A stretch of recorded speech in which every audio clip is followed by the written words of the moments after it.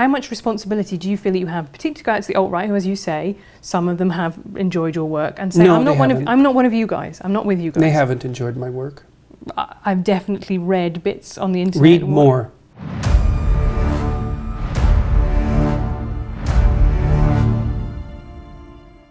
You've sold 2 million copies of 12 Rules for Life. You have 800,000 followers on Twitter, 1.4 million followers on YouTube. What is it that you're selling that so many people want to buy? I don't think I'm selling anything. Well, I went to a show where you were selling tickets to your show, so people are willing to pay a lot of money to see you speak. You know, what is it that you think that people are hungry for? They want to hear from you. They're hungry for a discussion of the relationship between responsibility and meaning. And we haven't had that discussion in our culture for 50 years. We've concentrated on rights and privileges and freedom and impulsive pleasure, and those are all useful in their place, but they're shallow, and that's not good, because if people are moored shallowly, then storms wreck them, and storms come along. So I'm talking to people about how they can build a foundation underneath them that works, and people need to know that, because otherwise their lives are harder than they need to be. But what is it that you have that no one else has? What are you offering that no one else is right now? Well, I think that is what I'm offering. That's not part of the public discussion, you know, and it's grounded in my clinical knowledge. So I've been a clinician for a very long time, and I'm familiar with the works of most of the great 20th century clinicians, and a reasonable amount of philosophy and a good swath of literature, and I'm a credible scientist, and so I can bring that all together. And I've tried to bring it all together and to make a case for the significance of individual life and the psychological necessity of courage and nobility and responsibility, these things that sound old-fashioned, but are old-fashioned in the best sense. They're old-fashioned because they've lasted forever and they're absolutely necessary. And people need a call to responsibility because they need to mature. They need to want to be adults. You know, and I don't think we do a very good job in our culture of making a case for why it's a good thing to be an adult. And two things really made you famous, which is, first of all, is the book, 12 Rules for Life. Mm-hmm. The second one, I think, was an interview that went viral with Kathy Newman of Channel 4 News, which you talked about men and women. Joe Rogan's podcasts help plenty too. Right, he's got a big, big following. But that was, I think, really fascinating, that interview, because it was specifically about men and women. And you said at the time, you know, YouTube skews very male and your fan base is very male. Is that still the case? Are you still primarily talking to men? I would say the talks are probably 60-40, 65-35 male to female. The book sales, I don't know. I doubt it, because usually it's women who buy books, although men do buy nonfiction if they buy books. We don't know the demographics on the books. But the book has definitely expanded my audience, I would say. And that's a good thing as far as I'm concerned. I mean, I never set out specifically to talk to men. My students for most years at university have been primarily female. I think most of my graduate students have been female. It might be about 50-50, but I think it would probably tilt more in the direction of female. So it wasn't something I set out to do. I think, though, that, as I said earlier, well, I can't tell how much of it is merely a consequence of the fact that YouTube skews so male. It might also be something to do with the call to take on voluntary responsibility. I'm not exactly sure why that would be more necessary for men right now. I think it might be because our culture confuses men's desire for achievement and competence with the patriarchal desire for tyrannical power. And that's a big mistake. Those aren't the same thing, even a bit. So, and it's very inappropriate psychologically and sociologically to confuse them. So. Well, one of the things I want to come back to is this idea. So that you say in the book, you know, there is masculine order and feminine chaos. Mm-hmm. No, actually, I say that those are symbolic representations of the two things. Right. Okay. Mm-hmm. So why is order masculine? I think it's because our primary social hierarchy structures are fundamentally masculine. And that's not the patriarchy. Well, it's not the modern idea of the patriarchy, that's for sure. I mean, that's my idea of the patriarchy, which is a system of male dominance of society. Yeah, but that's not my sense of the patriarchy. So what's yours? Well, in what sense is our society male-dominated? The fact that the vast majority of wealth is owned by men, the vast majority of capital and is owned by men. Women do more unpaid labour. Very tiny proportion of men, and a huge proportion of people who are seriously disaffected are men. Most people in prison are men. Most people who are on the street are men. Most victims of violent crime are men. Most people who commit suicide are men. Most people who die in wars are men. People who do worse in school are men. It's like, where's the dominance here precisely? What you're doing is you're taking a tiny substrata of hyper-successful men and using that to represent the entire structure of Western society. There's nothing about that that's vaguely appropriate. But I could say equally well that most rape victims are women. You know, terrible things happen to people of both sexes. And you could say that with perfect utility, but that doesn't provide any evidence for the existence of a male-dominated patriarchy. Well, it just means that terrible things happen to both genders, which they certainly do. But there are almost no women who rape men, for example. So that is an asymmetry there in sexual violence. Well, yes, there's an asymmetry in all sorts of places, but that doesn't mean that Western culture is a male-dominated patriarchy. The fact that there are asymmetries has nothing to do with your basic argument. No, but you might This is a trope that people just accept. Western society is a male-dominated patriarchy. It's like, no, it's not. That's not true. And even if it has a patriarchal structure to some degree, the fundamental basis of that structure is not power, it's competence. That's why our society works. It's only when a structure degenerates into tyranny that the fundamental relationships between people become dependent on power. It's not power. If you hire a plumber who's likely to be male, it's not because there's roving bands of tyrannical plumbers forcing you to make that choice. And it's the case with almost every interaction that you have at the face of our culture. You're dealing with people who are offering a service of one form or another, who are usually part of the broad middle class, and what you're looking for is the person who can offer the best service, and you can find it. It's not a consequence of being dominated by anything that's tyrannical. And then again, our culture, our Western culture, which is by no means perfect, and certainly has tyrannical elements, like all cultures do, is the least tyrannical society that's ever been produced, and certainly the least tyrannical society that exists now. So where's the patriarchy exactly in all of this? Well, saying that it's the least tyrannical society is not the same as saying it's not a tyrannical society. That's exactly why I said it was the least tyrannical But that's society. what I mean. So you haven't debunked the existence of patriarchy then. You've said that actually now is better for women. I don't have to debunk it. You have to demonstrate its existence. Okay, well, let's go through it. I'm writing a book about feminism in the moment. Until 1919, there were professions that women were barred from. They simply were not allowed to do it. Until 1880s... Why would you blame men for that?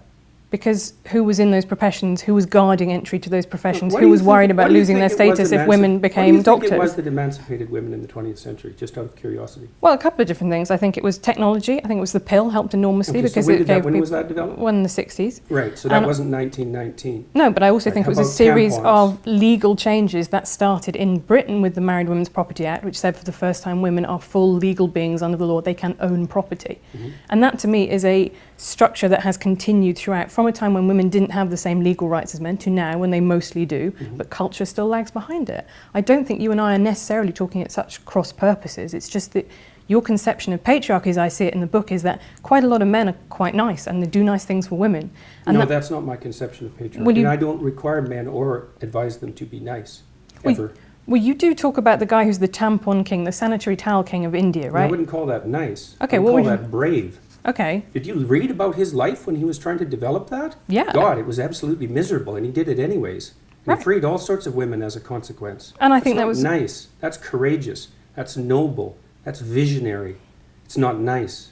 I think it is also nice. I think it is also something that is, it is honouring your social obligations. I'm not so sure that that's a social obligation, because many other people would have done it had it been a social obligation. He said what he was concerned about.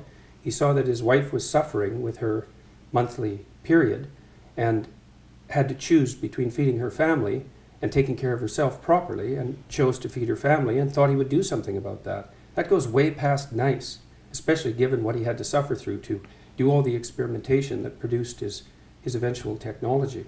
So this whole patriarchy thing, I think you have no idea how pernicious and dangerous it is. Well, no, I don't. I really don't. Go. Throughout history have fundamentally cooperated to push back against the absolute catastrophe of existence.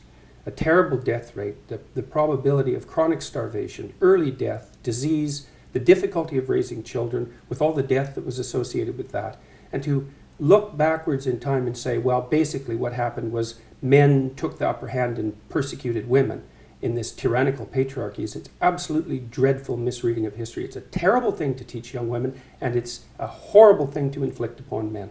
I mean, I absolutely disagree with you. I think that's like saying slavery in the US was actually, most people cooperated. Well, no, you didn't. You had a system where one set of people owned another set of people. And until women got full legal rights, they could own property for themselves, they could work. Essentially, they were owned. They were first owned by their fathers and then by their husbands. Status to the domination by men. Yeah. You already said that you thought that what emancipated women primarily in the 20th century was technological revolution. No, not primarily, but that's one of two. I think that's two things. It's not primarily, eh? No, you don't think the pill was a primary force in the emancipation of women? I think or it the was invention of tampons, let's say, or the provision of proper sanitary facilities, toilets, and that sort of thing. You're thinking instead it was the action of courageous feminists in the 1920s that produced a social revolution that overthrew the patriarchy. That's your theory. Yeah, I think that's a foolish theory. Well, I'm very sorry to hear you say that, but I think, to quote you in the Cathy Newman interview, I think it's a multivariate, right? I think there are lots of different things that all contributed to women gaining full rights. Well, then let's not be assuming that Western society was a tyrannical patriarchy. Well, no, that's one of them, and then other things happened as well. So you have the pill, you have the dishwasher and white goods, labour-saving devices in the home. I think all of those were really important. But you also have things like campaigns for the vote. Yes, you also have things like that, yes. So how, when in a system that existed in England until 1918, when why would you even want to look at history like that? Like, what's your goal? Because exactly. I think the people who don't look at history are condemned to repeat it, and I think that what are we going to do? Repeat the persecution of women? Do you think that's a realistic possibility? Yeah, we're sitting here. How do you see that? We're sitting here in America, right, where we've just had a 5th judge appointed to the Supreme Court who is now anti-abortion, who's now conservative. I think that abortion rights are absolutely fundamental to women being able to function as full humans in society, and I think that is now under threat in America. I think it is extremely smug and complacent to think civilization has peaked, it's all upwards from here. Yeah, well, good luck with that, I suppose. It's a living. There are lots of people who agree with me. There are lots of people clearly who agree with you. There are just a lot of people, I would say, who are coming to listen to what I say because they're sick and tired of having their desire to move forward in the world and to achieve something and to take their place as adult males, let's say, who are under the weight of accusations that their ambition and forthrightness is a manifestation of something that's fundamentally tyrannical. They're not happy with that. It's not doing anyone any good, and it's also not true. It's really a terrible thing to do to young men, and it's happening all the time. That's why they're bailing out of universities like mad. There won't be a man left in the social sciences in 10 years in the universities, and it's no bloody wonder. It's an unhospitable place, and it's unhospitable precisely because of this doctrine. Said that throughout history, the fundamental relationship between men and women was one of power, essentially slavery. It's like, fine, believe it if you want. It's not going to do your relationships any good, I can tell you that. So. Okay, well, we'll see how that one goes. I'm currently married, but I'll raise it with him. I think the universities example is a really fascinating one because you talk in the book about the fact that now women are a majority on 2/3 of college courses in the US. I've also seen you saying, well, you believe in equality of opportunity, but not equality of outcome. Maybe women. It isn't only that I don't believe in equality of outcome. I think it's an unbelievably pathological wish and doctrine. Right, and it's very dangerous. History has demonstrated exactly how dangerous it is. Equality of opportunity is something that anyone with any sense would support, but equality of outcome, it's. So what's your problem with there not being beyond belief to support equality of outcome? Okay, so what's your problem with there not being enough men in the social sciences? Perhaps women are just cleverer. Perhaps that's why there are more women at university, right? Under your doctrine, I don't think that, but that's I think the logical extension of your doctrine. It isn't the fact that there's an unequal distribution. The problem I have with it is that the reason that men are bailing out is because of the prevalence of the doctrine that you're espousing. That's the problem I have with it. It doesn't matter that much. They will bail out. I don't see any way that the universities are going to redeem themselves in the next decade. So, and maybe that will be fine, but I doubt it. We'll see. That seems extremely pessimistic when the numbers of people going to university just generally are going up. Yeah, well, that's not going to last for very long. Why not? Because it's too expensive, and the universities are doing all sorts of things that aren't acceptable. Mostly ratcheting up the price.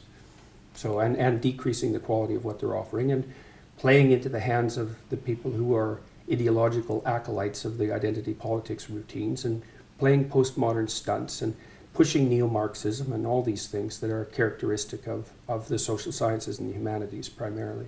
See, this is where I find you fascinating to me, because you talk in these quite apocalyptic terms. I think that someone who will listen to that and think, wow, there's a really big problem. But what we're really talking about is some irritatingly postmodern professors and some students with blue hair and funny ideas about gender in a handful of courses around America and Western Europe. If that's what we were talking about, no one would have paid attention to me for more than about 15 minutes.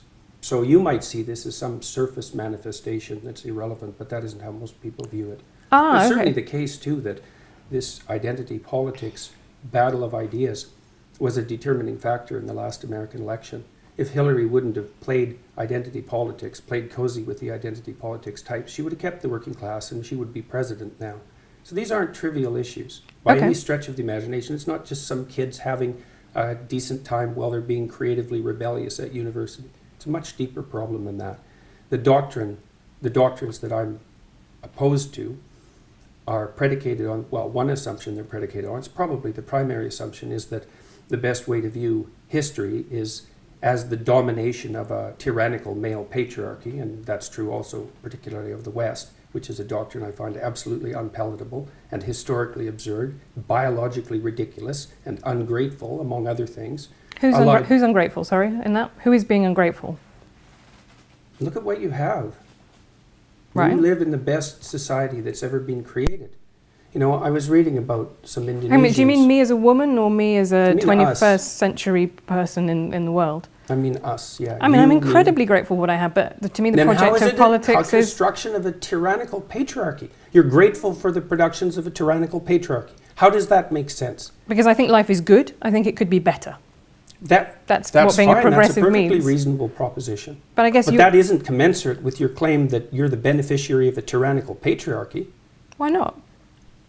How can it be good if it's the consequence of a tyrannical patriarchy? Tyranny isn't good, is it? I mean, that's the definition of tyranny. Something that isn't good, and yet it's produced all these things that you're grateful for. Like, doesn't that contradiction bother you? Where did what was good come from? I think I'm benefiting actually from a lot of things that I don't support, that are unearned privileges in my life. I think that's absolutely true. Like your job? Like I have a very good job. I had a loving family. Well, I don't think that's going to do the world any good, is it? That's a hell of a fine rationalization for your privileged position. Oh, well, fair enough. But if you could trade it off with someone who's less privileged. That'd be a start. I could do that, but I don't want to, and I won't, and I don't think I should be expected to. Why not? Is it okay for you to occupy a position of privilege in the patriarchal tyranny? And if it is it because you're female, or is it just because it's convenient? Let me tell you my political philosophy. I guess I'm a social democrat. So what I believe is that you should, if you have a good life, you should try and pass that on. I believe in a progressive redistributive tax system, for example. It was once said by Lord Mandelson in British politics, New Labour was okay with people being filthy rich as long as they paid their taxes. Now, I'm kind of less okay with people being filthy rich. But Define filthy rich. Well, I think I would leave that You're probably in the top 1/10 of 1% of people who've ever lived on the planet. That would constitute filthy rich by historical standards. Okay, but I'm not sure that I'm going going the line exactly? Be able to help the Neanderthals at this point, really, by giving up some money. But this is my point, is that what I believe is, I believe in a structure in which people who have had a good life and had lots of advantages should pay that back, pay that forwards, which I think is the message that you preach as well, right? You have responsibilities. And if you've had, like us, a lot of advantages in life. Civilization as a tyrannical patriarchy. But it's not purely a tyrannical patriarchy, That's for sure. Is it? It's purely not. Right. And that's exactly the issue. But why because would you deal with moral when you describe it as a absolutes tyrannical patriarchy, then you make a case that it's purely that. And that's exactly what's ungrateful. It's is not purely that at all. Why is saying that something has elements of this mean the same as it is purely that? That isn't what's being said. Merely to define it as a patriarchy implies unidimensionality. And to insist that that's also tyrannical doesn't offer a balanced viewpoint at all. Well, I think that's probably where your disagreement comes with this, which is because I do not see it in that way. I do not see that as univariate at all. I see it as one element. Then why call it a patriarchy? Because it describes an overarching structure. Does it?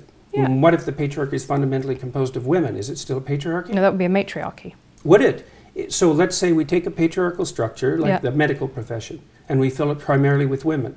Is it then a matriarchal structure? What makes it a patriarchy to begin with? Is it the hierarchical structure? Is it the fact that it's mostly men? Is it the sociological structure? Or is it the fact that it's mostly men? Well, I think that's really interesting because male primary school teachers, for example, only 15% of them are men. And I interviewed some of them for my book. And you know what? They report exactly the same things that women do in male-dominated offices, right? They say, people have conversations that I feel excluded from. I feel stigmatized, like I shouldn't be here. People look at me askance when I say I'm a primary school teacher and I'm a man. You know, they kind of reel back. We all make those implicit associations. So if it is a structure that's dominated by women, then it's also a tyrannical patriarchy. I think in that case, then men have a way of, they should be able to complain about the fact that a very female-dominated office leaves them feeling out too. Yeah, feeling left out too. So how do we get something that isn't a tyrannical patriarchy? If it's composed of women, then it's a tyrannical patriarchy, and if it's composed of men, it's a tyrannical patriarchy. We're kind of out of options. Right, but, well, or you could have an office in which a blend of people of both so sexes work. So work. if it's 50-50, then it's not a tyrannical patriarchy. No, not 50-50. I'm saying that people... 40-60. I'm saying that there is clearly, when it is only 15% of male primary school teachers, they do feel marginalised and excluded. So you think the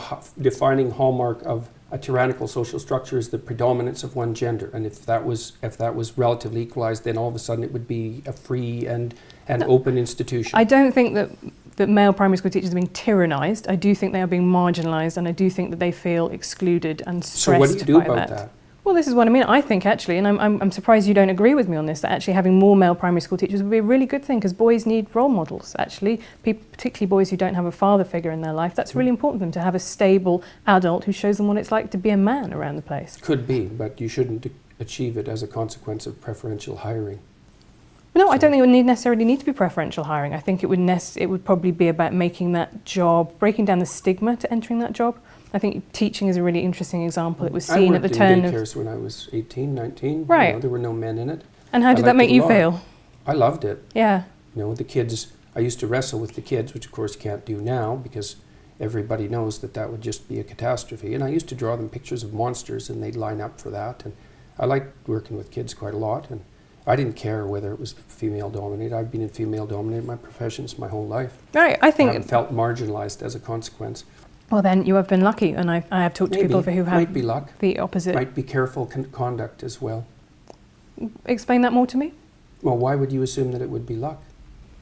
Well, if I say that, you know, there is a statistical analysis and I've talked to a broad range of people, and, you know, you can always expect outliers at either end. Some people have had a really terrible time, some people have had a really brilliant time. Yeah, well, everybody else in the middle. One of the things that I've strived to do is not to become resentful. Well, okay, that's very good. I have to say that your Twitter feed does not give me that impression. You come across as somebody who takes criticism very much to heart. Is that true? I don't think you have any grounds for that suggestion. I mean, you've seen my interviews online. If I was someone who took criticism at heart, I'd be in a lot more trouble than I am now. In what way? Well, I've been criticized endlessly for 2 years. I've been in scandals. I've probably been in, I don't know how many scandals in the last 2 years, and had unbelievably contentious interviews with journalists online, on TV, on radio, in podcasts. If I was someone who couldn't tolerate criticism, the evidence for that would already be clear. Twitter's a strange social network. I've kind of pulled myself away from it. So it's not an easy place to conduct yourself with as much grace as you might. And I think it sort of rewards impulsivity because maybe it's because of the constraint on characters or something like that. So I think that people tend to show their worst on Twitter, and some of that's a consequence of the structure of the technology. I think I certainly agree with you. I think that's something that we agree on there. I think people are rarely at their best on Twitter. No, and you know, I pulled myself away from it quite a lot in the last month, mostly to see why. You know, I kind of kept an eye on Twitter, all the social media networks for the last few years, partly to see, well, I'm trying to monitor what's happening around me, I suppose, is probably the right way of thinking about it, and to see if I'm making mistakes and how they might be rectified. But I don't think Twitter's been good for me, and I don't think the reply function on Twitter is useful, and I think the fact that so many people on Twitter are anonymous is not a good thing at all. Do you think you'd be less angry if you went on Twitter? That's something I think quite a lot. I would be come into contact with less things that annoyed me on a daily basis. Oh, I think there's no doubt about that. Yeah. I think that's definitely the case. And I've talked to other people who've pulled back from Twitter and experienced the same thing. I don't know what it is exactly, but there's something about Twitter that seems to really heighten the desire of people to be provocative.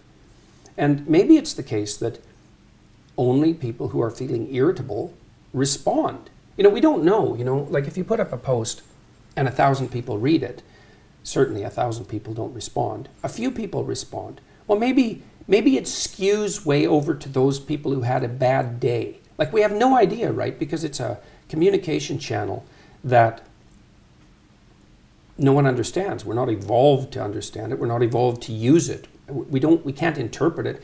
Plus you're interacting with random strangers, which is something you never ever do. And it's never the same set of random strangers. And you don't react to Twitter like it's random strangers. You react to Twitter like it's a person that you know.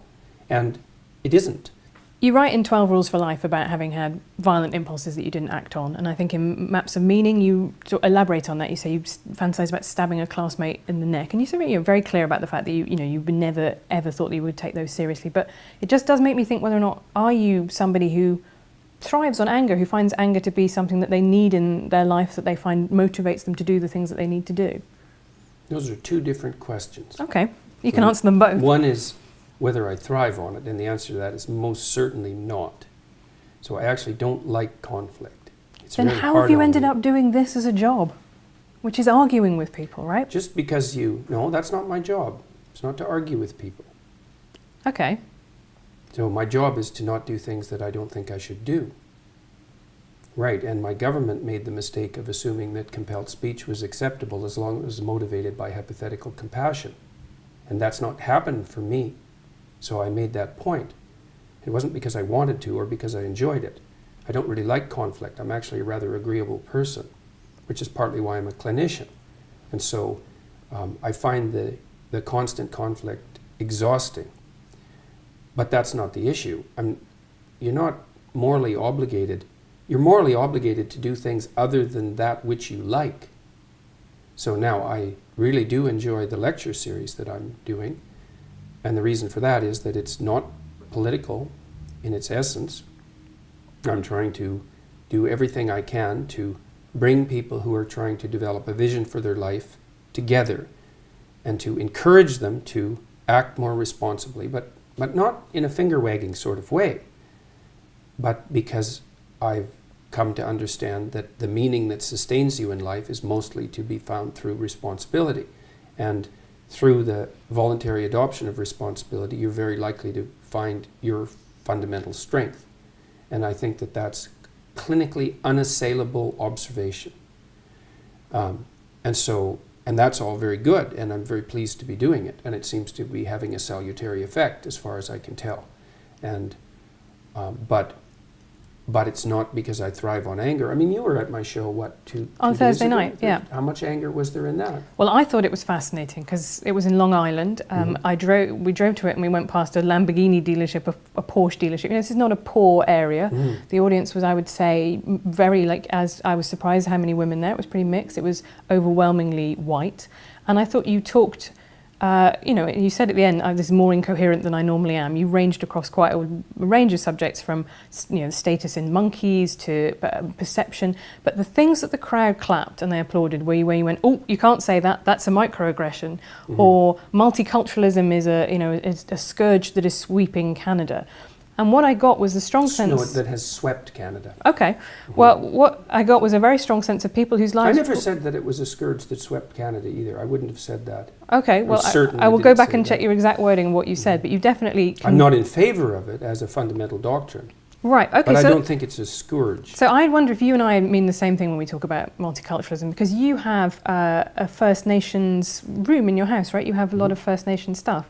How is the coexistence I'm the honorary member of a First Nations family, as a matter of fact. Which is wonderful. I have a First Nations artist when I went to Canada last year. But that, to me, is the essence of Canadian multiculturalism, that culture being preserved and living alongside the Anglophone culture that, in some senses, supplanted it.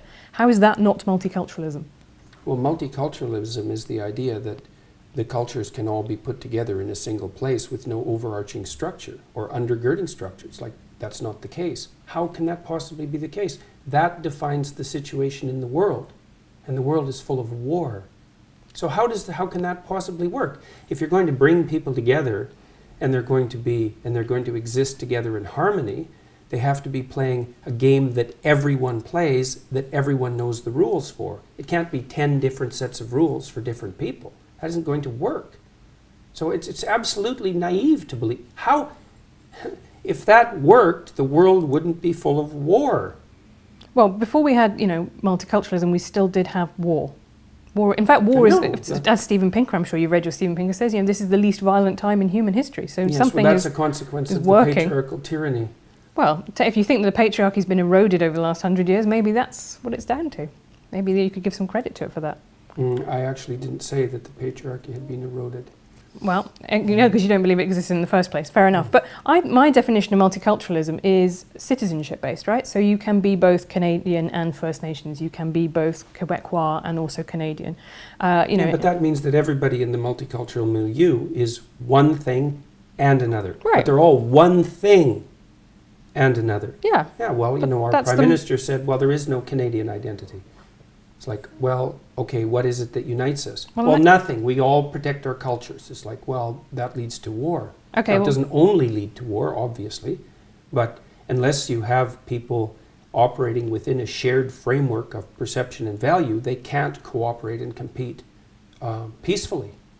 I don't understand how that's even a disputable topic. That's how you organize people. Okay, I think if that's what he said, that's what Trudeau said, that is a dumb thing for the Prime Minister of Canada to say when you are Prime Minister of Canada. You might say that. Would agree much more with what Barack Obama said when he said, I'm trying not to make a red states America or blue states America or white America, black America. I'm trying to make a United States America. That to me is... Yes, the Democrats are very good at that. Well, they played identity politics for the last 20 years. All they've done is inflame tribal tendencies, as far as I can tell. So he can say that, but it isn't obvious that it's the case. And it's not obvious to me at all that one of the consequences of Barack Obama's presidency was a reduction in racial tension in the United States. No, I wouldn't agree with that either. I think a lot of people found having a black college-educated professor very alarming and threatening to their idea of themselves as the dominant group. To stop them from voting for him twice. No, that is very true. But again, it's fundamentally true, right? It's really the crucial issue at hand here. No, but he built a big coalition of white, well-educated liberals and people of colour. I mean, that is the Democrat electoral. Well, how do you explain the rise of racial tension in the United States then? Well, I think it's caused by a lot of things, not least of one of which is the Republican Party inflaming it. You talk about the left playing identity politics. I think the right play identity politics all the time. The right doesn't dominate the universities. No, but it dominates. But Donald Trump is president, so realistically, Donald Trump is hardly a typical Republican. No, I would say that he accomplished. In fact, for most of his life, if I remember correctly, he was a Democrat. Right. I don't think he has any so political. So we're not going to blame Donald Trump on the right wing. Okay, but I'm going to say the rest of the Republican Party are also quite happy to play, I would say, white identity politics. They did not dump him as their candidate when he said, Mexicans, they're not sending us their best people here, they're rapists, right?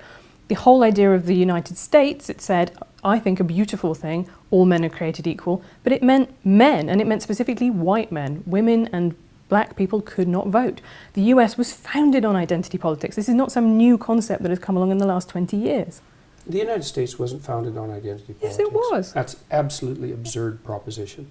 The United States was founded on the same principles that, what would you say, that played their powerful role through the development of English democracy. And that was nested inside a Judeo-Christian view that fundamentally presumed that both men and women were made in the image of God and that all people had divine value.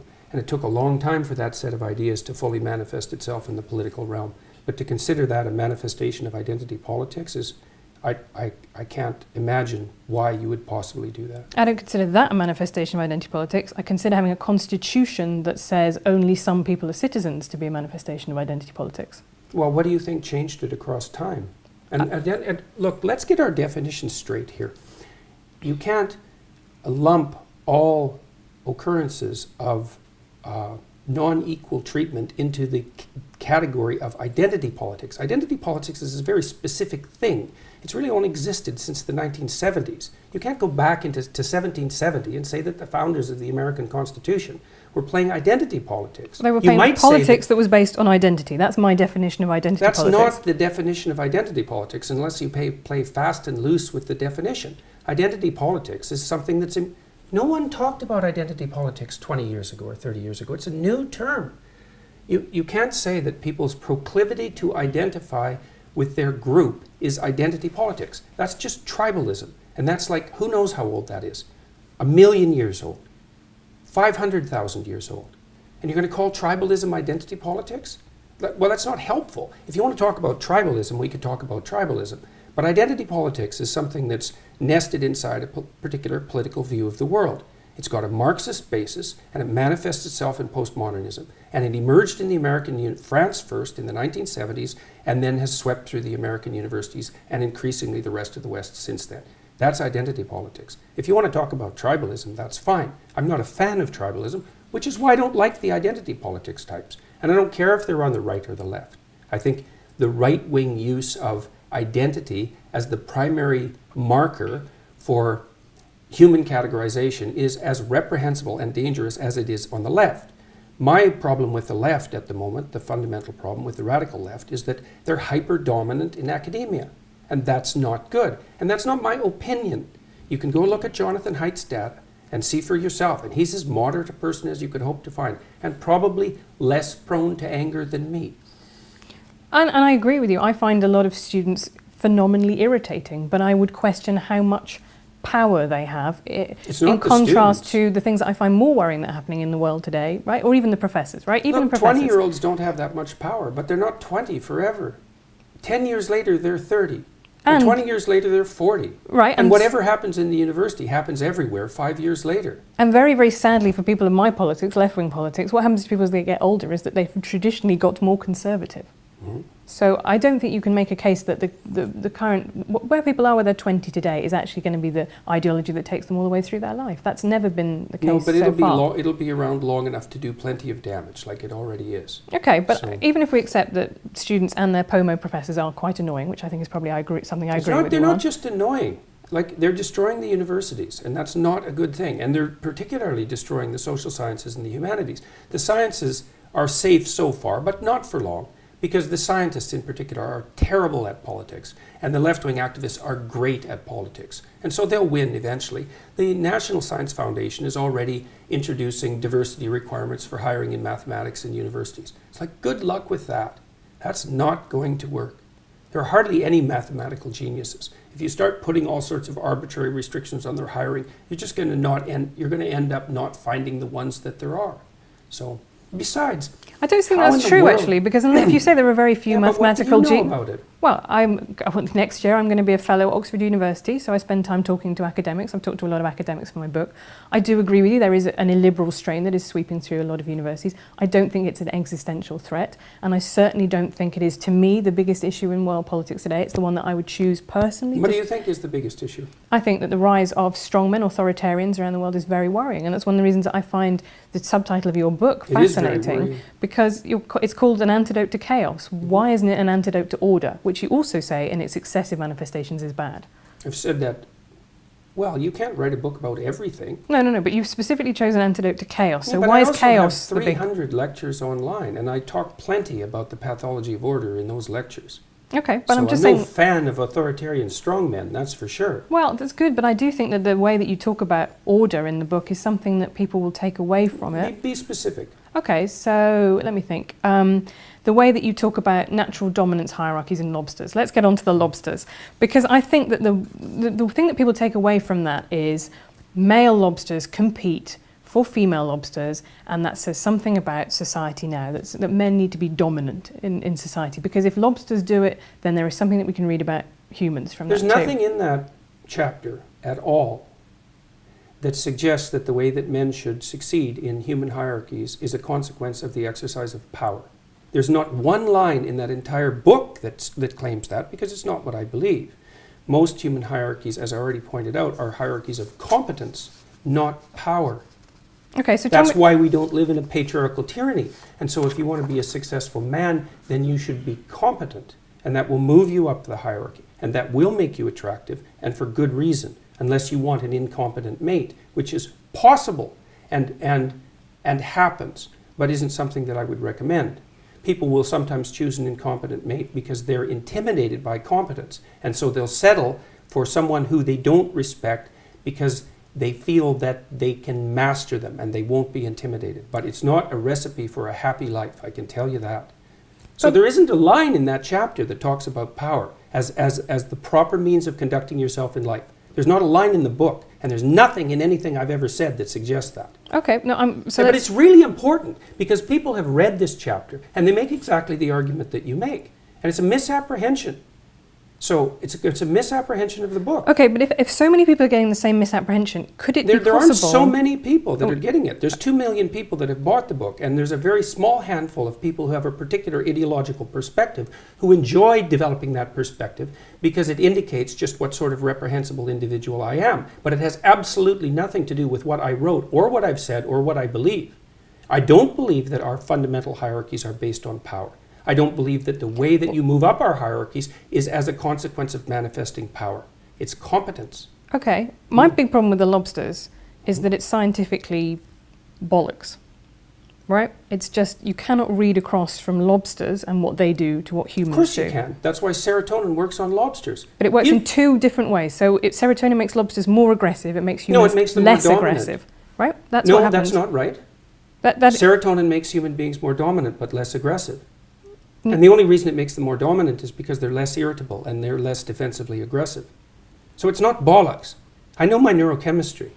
So if you're going to play neurochemistry, let's go and do it. Okay, well you say antidepressants work on lobsters. Yes, they do. They make a lobster that's been defeated in a fight more likely to fight again. That's not the same mechanism that happens in humans. Yes, because lobsters don't get depressed as the way that humans are. I think you're anthropomorphizing into a ridiculous degree. These are creatures that urinate out of their faces. I think that the fundamental issue among knowledgeable animal behaviorists is that anthropomorphization with animals is generally the appropriate tactic unless you have reason to doubt it, which is because there's continuity between us and animals rather than discontinuity. And the idea that the anthropomorphization of animals is inappropriate is something derived from 1950s behaviorism.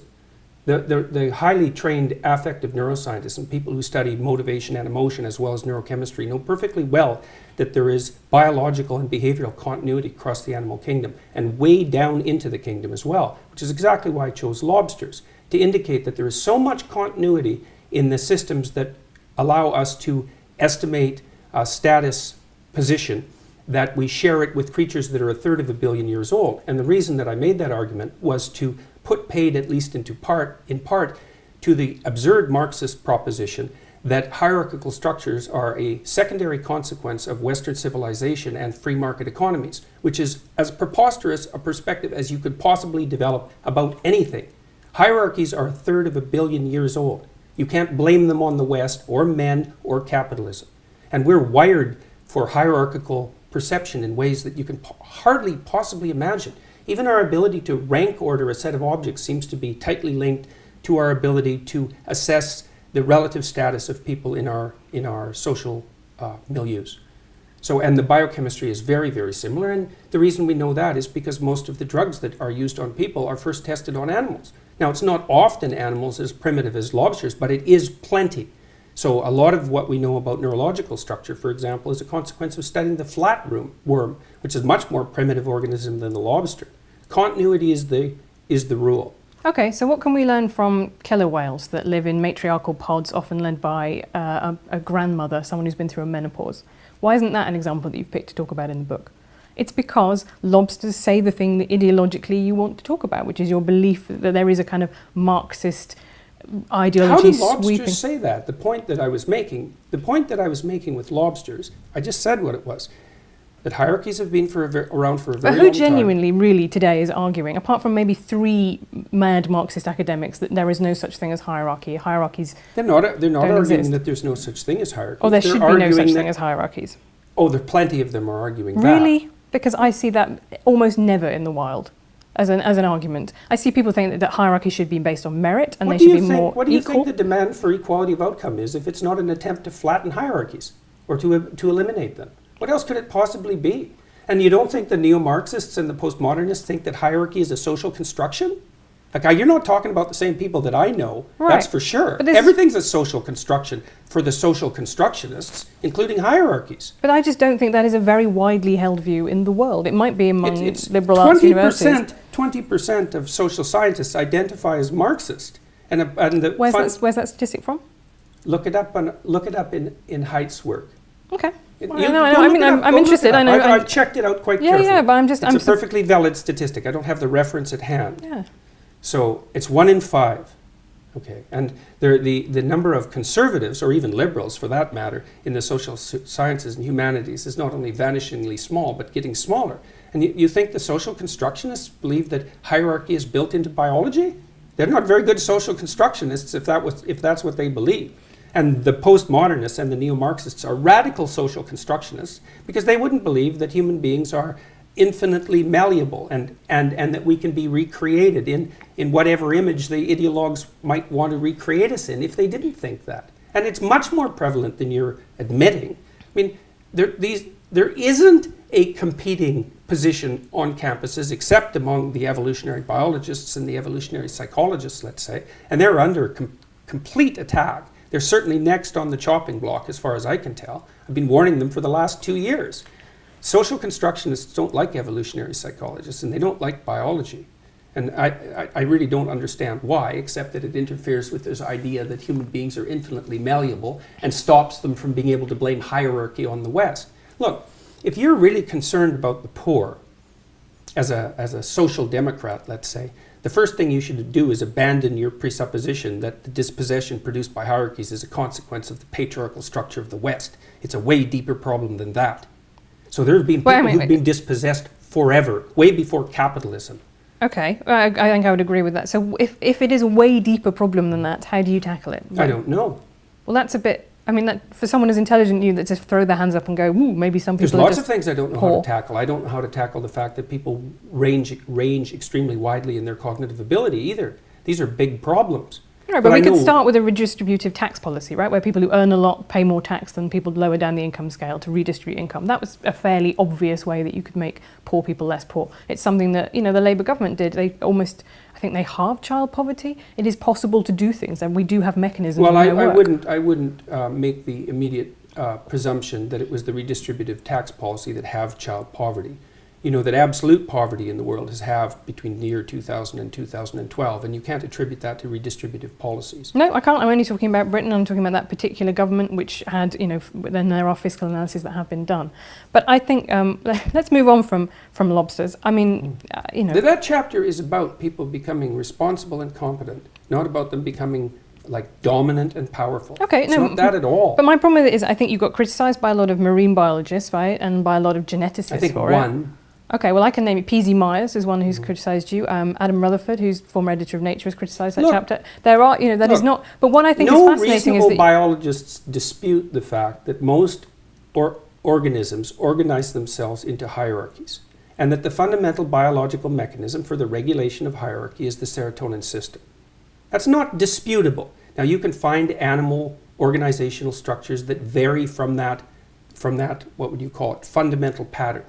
But the existence of variance isn't proof against the existence of a fundamental pattern. Like, I don't know how you can sit there and be skeptical about this. If you know the literature on hierarchical structure, you understand that across the entire animal kingdom, animals tend to organize themselves into hierarchies. But and that the neurochemistry but very of the hierarchy different is types of hierarchies, right? So there's a pattern. That's why we know they're hierarchies. Right. Yeah, but like you say, the pattern as if that the hierarchy is the pattern. Right. Okay, and that's fine. So chimps have one very obvious social structure, and bonobos have another. It's not one. as different as people have made it out to be. No. The bonobos are a lot more violent than the and they're not hippie monkeys, right? Observers of the bonobos have admitted. Okay, but nonetheless, you say that as if those little details don't matter, as if there can't be such a thing as a hierarchy that is much worse than another hierarchy. That's my problem with it. I'm not saying that at all. There's clearly hierarchies that are worse than other hierarchies. Right. Baboons have terrible hierarchies, for example. And tyrannical hierarchies aren't my cup of tea. Right. That isn't the point I was making. No. The point I was making was that hierarchies can't be blamed on capitalism or the West. They're built into our biology. The neurochemistry is so old that we share it with crustaceans, so that's 1/3 of a billion years, which is the proof that hierarchies aren't a recent construct. If proof like that needs to be provided, and that the best way for people to adopt a strategy that will move them up the hierarchy, which is a desirable thing in most regards, is to face the suffering of the world forthrightly. That's what that chapter is about. And the people who've been criticizing it read it as if it's a defense of the Western patriarchy. It's like there's no defense of the Western patriarchy. I don't think that's true. I think the way that people criticize it is and I think this happens a lot with evolutionary psychology, is which is not quite what the lobsters are, but is where other stuff in the book is. Other things you said, for example, like women wear rouge because it reminds men of ripe fruit. Right. Well, for a start, why do you think women wear rouge? I have absolutely no idea, but Right, I will tell you. That's really not a very good answer. Well, yeah, you said before there were lots of things you don't know the answer to, but I'll tell you one thing. I'm not criticizing your perspective on this. You're criticizing mine, so I'm presuming you have an alternative idea. Why do you think women wear makeup? Why do you think think there are an enormous makeup? number. Let's go back to why women wear rouge, because it reminds men of ripe fruit. Okay, first of all, not all ripe fruit is red. Why would you want to... we evolved color vision to detect ripe fruit. Do you want to eat women? No. I think unless men are having sex with ripe fruit... You might want to taste them. That's not really where... And where is the evidence that women who are redder in the cheeks have more offspring? What do you think happens during the sexual flush? But that's the key point, isn't it? Is that you would expect, actually, if this is a sexual selection, that women who are redder would have more children. We would get progressively redder over time. One of the hallmarks of youthful skin is the proclivity for it to flush red. And yes, youthful women have more children. It's a primary sign of fertility. I think you're using... Wait a second here. What do you think women wear makeup for? Come on, if you're going to go after me on this, okay. Let's women. People say, well, women wear makeup to feel better about themselves. It's not a very deep analysis. Why makeup? Why facial makeup? I'll tell you why I wear makeup, which is to stop the comments that I would get if I didn't wear makeup. And my gender, I always say my gender is low maintenance, right? I don't feel particularly like a woman inside. I don't really know what that would mean. But what I try and do is try and look, in the same way that you get black women who talk about the problem with natural hair, is it's seen as unprofessional, right? And as a woman, if you don't wear makeup, that is seen as a political choice. That is seen as something that, you are... So you wear makeup to protect yourself from what? From tyrannical judgment. Men? No, but tyrannical women as well, I would say. I think women very harshly judge each other's appearance, and there are very good reasons for that. It's probably because they've learned that from oppressive men. No, I don't think so. Why do you think it is, then? I think that women are encouraged to be seen as being in competition with each other. Encouraged? You don't think that there's anything about that that's natural, eh? Well, I would be reluctant to get into that, because I think you could talk about intrasexual competition. I think that's a very big deal among the social sciences and evolutionary science. It's not my particular competence. But yeah, my conception of the patriarchy is not that men are beastly to women. It is that there is a structure in which women participate too that overall privileges and benefits men in order to control female reproduction. And I think those are two very different things. You write in 12 Rules that you skipped a grade in school and you were small for your age. Do you think that shaped your personality and your experiences of life? Well, it did to some degree. Made it difficult for me to participate in sports. So I didn't really do anything that was fundamentally athletic till I was in graduate school. So my parents are guilty about that because they felt that it wasn't good for me, but I'm not unhappy about it. I got through school faster. I wasn't a fan of school, and the faster I got through it, the better. I think it might have encouraged me to do two other things, which was I probably hung around with rougher kids that I might have otherwise, partly as a compensation, I suppose, for being smart and academically able and also small. So I probably exaggerated my roughness, I suppose. And it made me more capable of verbally defending myself. But other than that, I don't think it had much of an effect. I think I pretty much left all of that behind. That's very good. Also, the other thing I was really interested to read was that you married your teenage sweetheart. Mm-hmm. Yeah, well, I met her when I was 8. So we've known each other for 50 years, yeah. So this is, I think, really fascinating. So I read that and I thought that was quite moving. And then I was reading the bit about, the animal kingdom, and the bit for you take away from the lobster section is that, what happens if you're top lobster is that you get to impregnate all the females. So that's as being evolutionarily successful as a lobster, right? Mm-hmm. That's proclivity towards polygamy, which is one of the things that pulls on human society. Right, and you're now the pretty big lobster. And yet you are monogamous, you're faithful to your wife, you don't want to go around impregnating every woman that you see, right? No, no, one woman's enough trouble. Right. So I think that's to me that was really interesting, because that's a way in which we are very obviously very different from animal society, and to me Well, it we're takes not that different. I mean, there are plenty of societies where exactly that happens. right. But So- you've been able to overcome that biological urge, right? And so in the sense that maybe there are other biological urges, such as men's propensity towards violence, that might also be overcome. Well, it's not self-evident that you want it to be overcome. I mean, you don't know what goes along with it. You know, I mean, obviously, first of all, defining violence isn't that straightforward. How about use of force in self-defense? Does that constitute violence? I think to me that's a separate category of violence. I think Well, self-defense. but it's not that easy to distinguish them. Like if you're, what you want to do with a child who's aggressive is socialize them so that they become sophisticated in their manifestation of their aggression.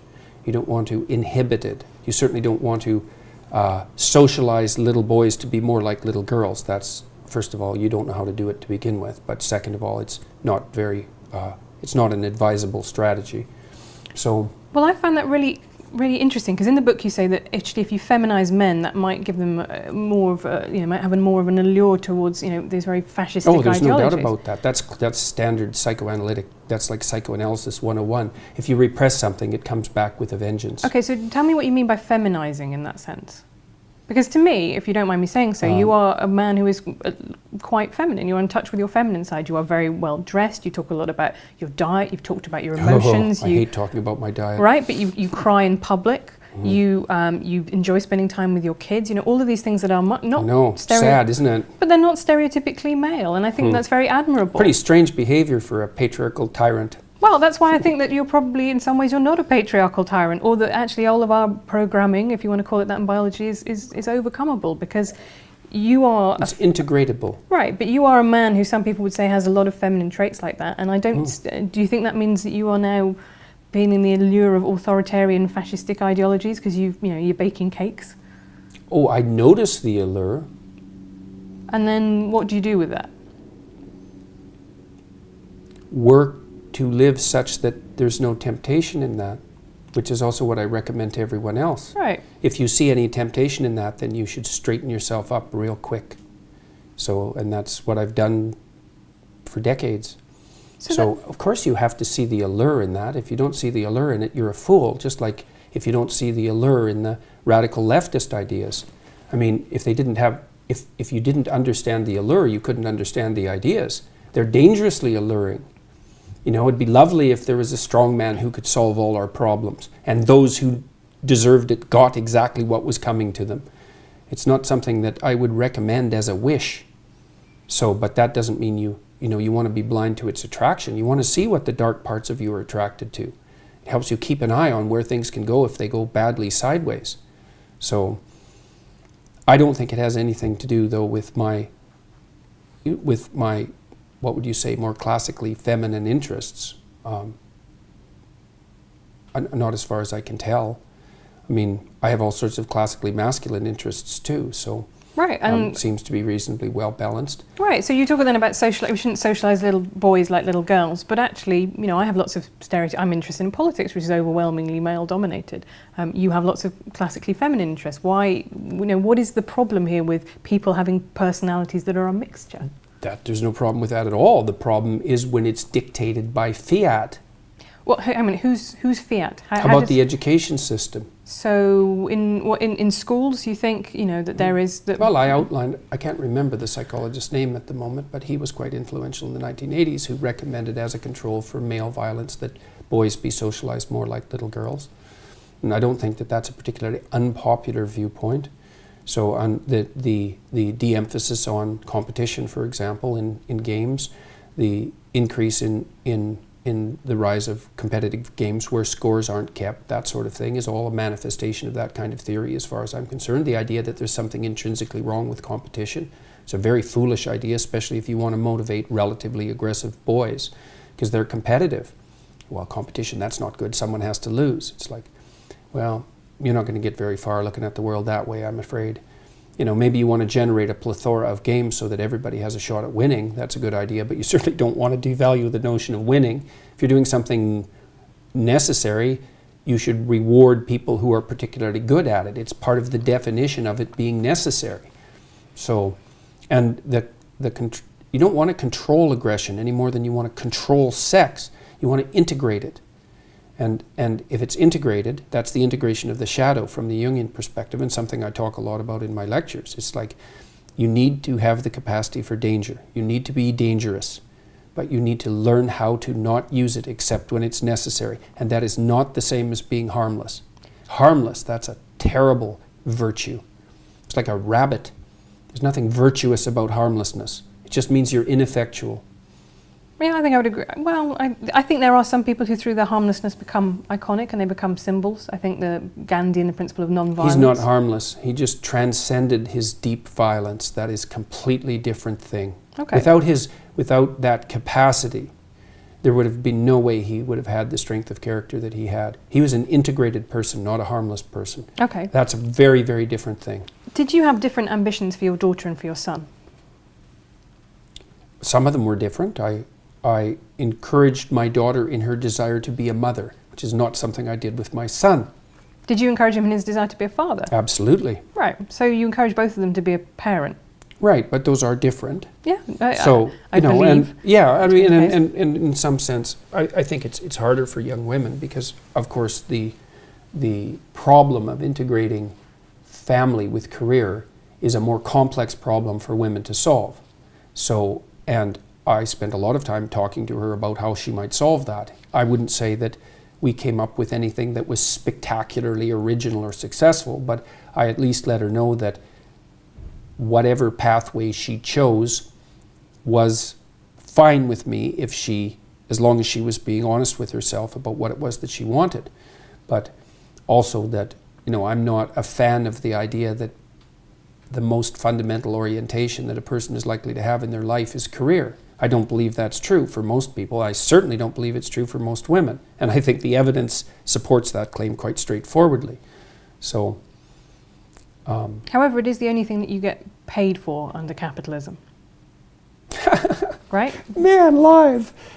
But that's How can true. you say something like that? It's so cliched. Well, it's so painful to hear that. It may be cliche, but it nonetheless is true, right? Look, Women do it's more, not much capitalism. more. Well, for God's sake. It is. No, it isn't. You have to invest into a child for 18 years before they have any economic utility. Mm-hmm. It's a consequence of delayed economic utility. We don't know how to monetize it. It's not a consequence of capitalism. It's a consequence of the fact that human beings have an 18-year dependency. How do you monetize that, even in principle? Well, we don't know. We did used to send them up chimneys, to be fair. And at that point, what's really interesting is at that point, children were seen as being much more the property of the man. I mean, as they become economically useless, all the legal studies show that's when we start moving to a model of female custody, right? Because it was about caring labour. But this is the point I'm making. Look, I'll tell you, there are plenty of men who are not very happy about the model of female custody. And that would, include the 85% of men who are essentially denied 50-50 custody when they divorce and have young children. So I wouldn't think that one of our major problems, or at least a major unidimensional problem, is the proclivity of men to foist off the custody of their children onto women.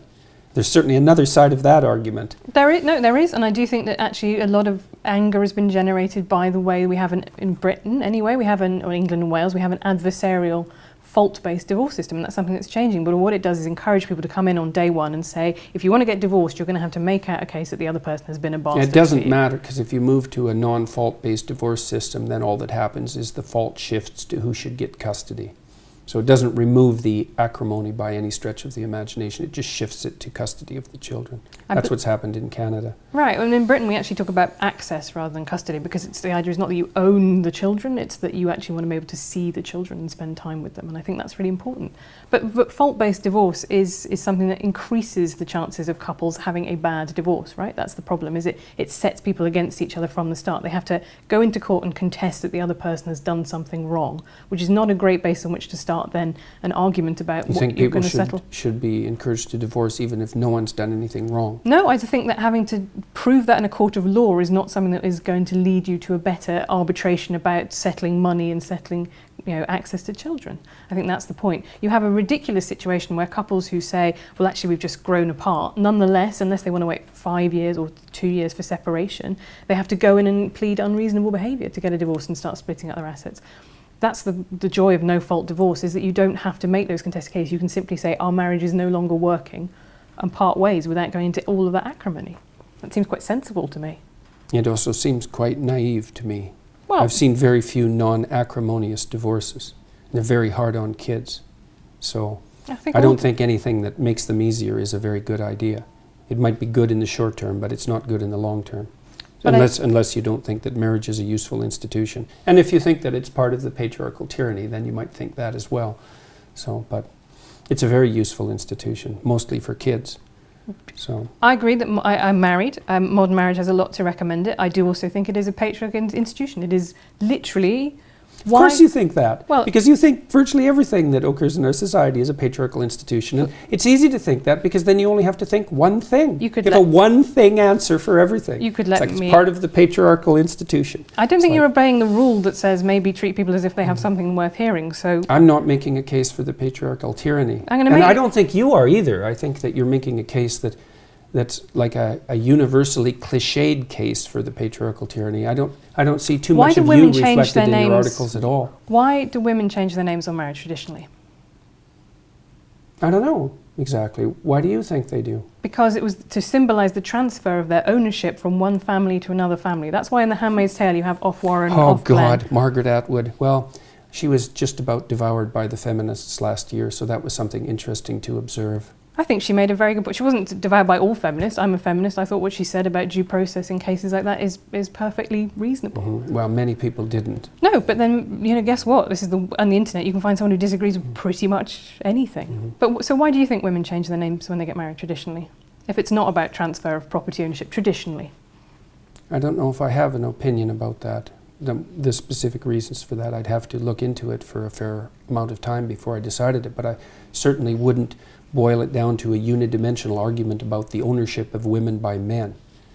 So, okay. I mean, the part of the problem too is with this sort of discussion is that it's, and this is why I consider it a manifestation of ideological possession. It's predictable.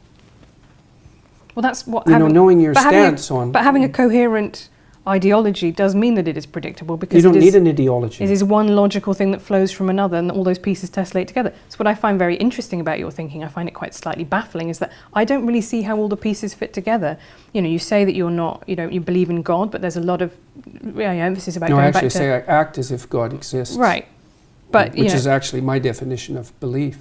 Okay, but that then doesn't, to me, tessellate very obviously with your insistence that we know actually it's just about pure science, and there's not a, because I can. What insistence that it's just about pure science? Well, I wrote Maps of Meaning. There's no insistence in that it's just about pure science. Okay, but you make appeals to science. What I mean is, different. You make appeals to science all the time. You say, well, this is what the literature says, and the trouble with God is that ultimately you can't say this is what the literature says. There is no literature. Which is why I don't say anything about the scientific status of God, apart from what can be experienced maybe under certain conditions of what would you call chemical-induced mysticism, which seems to be something that you can say something scientifically about.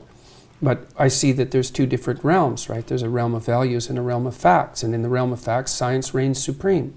But it doesn't in the realm of values. You have to look elsewhere. That was what the humanities were for, before they got, what would you say, hijacked by ideologues. And the idea that something should be consistent. You were talking about the necessity for consistency in ideology. It's like, I'm not hearing what you think. I'm hearing how you're able to represent the ideology you were taught. And it's not that interesting, because I don't know anything about you. I could replace you with someone else who thinks the same way. And that means you're not here. That's what it means. It's not pleasant. So you're not integrating the specifics of your personal experience with what you've been taught to synthesize something that's genuine and surprising and engaging in a narrative sense as a consequence. And that's the pathology of ideological possession. It's not good. And it's not good that I know where you stand on things. Once I know a few things, it's like, why have a conversation? I already know where you stand on things. I bet you don't know where I stand on all things. I would hope that was true. Okay, let's talk about transgender issues. That's fun. What do you think I think about transgender issues? I suspect that you think that gender expression, gender identity are fundamentally social constructs, but I could be wrong. No, I believe that there are definitely some biological differences between the sexes. We've observed them. I do believe that gender is a hugely powerful social structure that we've built on top of that it is largely, but not entirely, socially constructed. I think when you look back through the history, you know, biological differences have consistently shrunk, like we were talking in the 18th. They haven't in Scandinavia, they've magnified. Okay, but we were talking in the 18th. That's actually an important exception because Scandinavia has gone farther than any other area, the Scandinavian countries, in establishing egalitarian social policy. And the differences in interest and career choice and personality between men and women have grown as a consequence, not shrunk, which is exactly the opposite of what the social construction is predicting. But also just suggests that they're malleable, actually, rather than fixed. Well, of course they're malleable. No one would ever suggest otherwise. Right. So that's what I mean. So I think they're it's not malleable in the direction that the social constructionists presume. As you flatten out the sociological landscape, you maximize the biological differences. No one saw that coming. And you might think, well, it's a handful of right-wing scientists who are pushing that. It's like, no, it's not. It's mainstream psychology, and there aren't any radical right-wingers in mainstream psychology. And everyone who discovered that was absolutely shocked by it. And these papers have been cited by thousands of people, and they have tens of thousands of subjects, and they've been done on virtually national level samples, cross-culturally. But I also think the behaviour in Scandinavia has changed. For example, a lot more men take paternity leave now, that there is a portion that is reserved purely for men. That doesn't seem to be making them wildly unhappy. So I think that there are definitely behavioural things that are susceptible to nudges by society, by government and by the state, and that do change the way that people behave. Mm-hmm. Yeah, that seems so we can kind plausible. Of meet in the middle on that one. We one. know that people can be educated and that we can develop as a consequence of learning. That's certainly not a disputable proposition. And I also believe that there is no evidence for gender identity in the way that it is used as an idea of a soul. I think that that's the way that it's often used to me. By who? By transgender activists. Yes, well, they talk about having a female soul, and that to me seems strange. I don't see how you can something like biological determinism, right? Which is very. It's one of the things that's so perversely amusing about these sorts of arguments is that but I attribute it to the lack of demand for logical consistency as a consequence of postmodern thinking. You can believe one thing when it's convenient in one situation and another thing when it's convenient for another. So we're in the perverse position where if you're a man born in a woman's body, that's biologically determined. But if you're a woman born in a woman's body, that's socially constructed.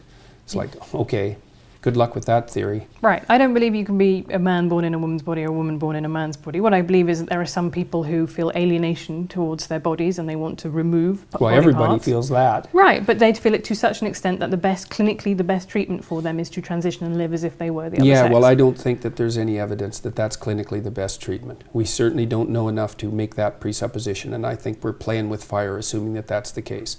The long-term outcome studies certainly don't demonstrate that. So it's not so. I would make a very big distinction there between adults and between children. I think would be a good distinction to make. Right, yeah. But I think we are very quick to diagnose and treat children in a way that I find, and not waiting for the research, and that I find concerning. Yeah. So yeah, well, the lawsuits will put an end to that in about 15 years. So there's one place that we have found from which that is something that gets me a lot of hate, right? I'm sure it does. A turf and a bigot for that. So right. I don't think that's something that you would have been able to predict, that I think, because that is not now the orthodox feminist position. I agree completely. Oh, isn't that good? So congratulations. We've all learned something. Mm-hmm. I just wanted to talk quickly about Me Too movement. Mm-hmm. Tell me your reaction to what's unfolded over the last year. I won't put words in your mouth. You tell me. Well, there's certainly no shortage of evidence for reprehensible sexual behavior on the part of people who can use power to get away with it. So that's not so good. The Me Too movement, I suspect it probably did some good things and some terrible things. So I would say that there's a dangerous proclivity to abandon the concept of the presumption of innocence. So in university campuses, for example, we're moving towards a preponderance of evidence model. I'm not very happy with that model. I think that's a very big mistake. The presumption of innocence is nothing short of a miracle, and we abandon it at our extreme peril.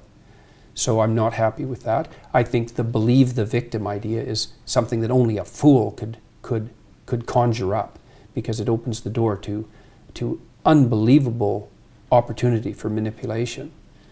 I think that I would disagree with you slightly on that, because I think what that means is what people are arguing for is don't instantly dismiss or disbelieve the victim, right? Which is a very different. No, that's partly what they're arguing for. There's thing. Plenty of people who are arguing for the fundamental attitude to be believe the victim. So some people are arguing to not automatically disbelieve the victim, which is a perfectly reasonable thing to argue for, but that isn't where it ends. So okay, climate change. I saw you posting a link to a study suggesting that a lot of the way that it's talked about has been overhyped. What are your beliefs about climate change? Well, I spent a lot of time. I don't really have beliefs about climate change, I wouldn't say. I mean, I think the climate is probably warming, but it's been warming since the last ice age, so I don't know. But it's exactly dramatically accelerated even in the last couple of decades. Maybe. Mm-hmm. And possibly. It's not so obvious. I spent quite a bit of time going through the relevant literature. I read about 200 books on ecological, what would you call it, on ecology and economy when I worked for the UN for about a 2-year period, and it's not so obvious what's happening, just like with any complex system. The problem I have fundamentally isn't really a climate change issue.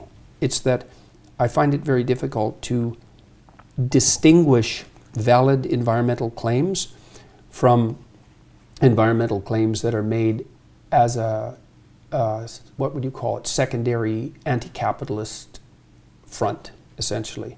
So it's so politicized that it's very difficult to parse out the data from the politicization. So I saw there was a line in 12 Rules which says people stricken with poverty don't care about carbon dioxide. Yeah, that's definitely the case. And I think that's not an unreasonable point to make, because you think about Maslow's hierarchy of needs, right? People, if you can't eat, then actually you can't really worry about what's happening in 50 years to the planet.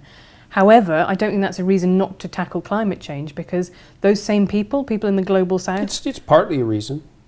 Is it though? Because people in the global south... coal-generated plants stop people from starving. So yes, it's partly a reason. And it's certainly the case that making energy more expensive, obviously, makes things more difficult for poor people. So yes, it's definitely an issue. And I would say, it's kind of a conundrum for those on the left. It's like, what's it going to be? Clean air or hungry people? Think, well, we don't have to choose. It's like, okay. Or renewable energy, or... Oh, good luck with that. Or nuclear power. I'd be fine with more nuclear power stations. Yeah, well, it doesn't look like we're moving in that direction very fast. No, but that is a solution. Well, it worked for the French. I was fascinated. David Attenborough is something kind of close to a national religion in Britain. So there's a bit where you say population control advocates like him, you compare them to Eric Harris, one of the Columbine killers. Why then is it virtuous to propose that the planet might be better off if there were fewer people on it?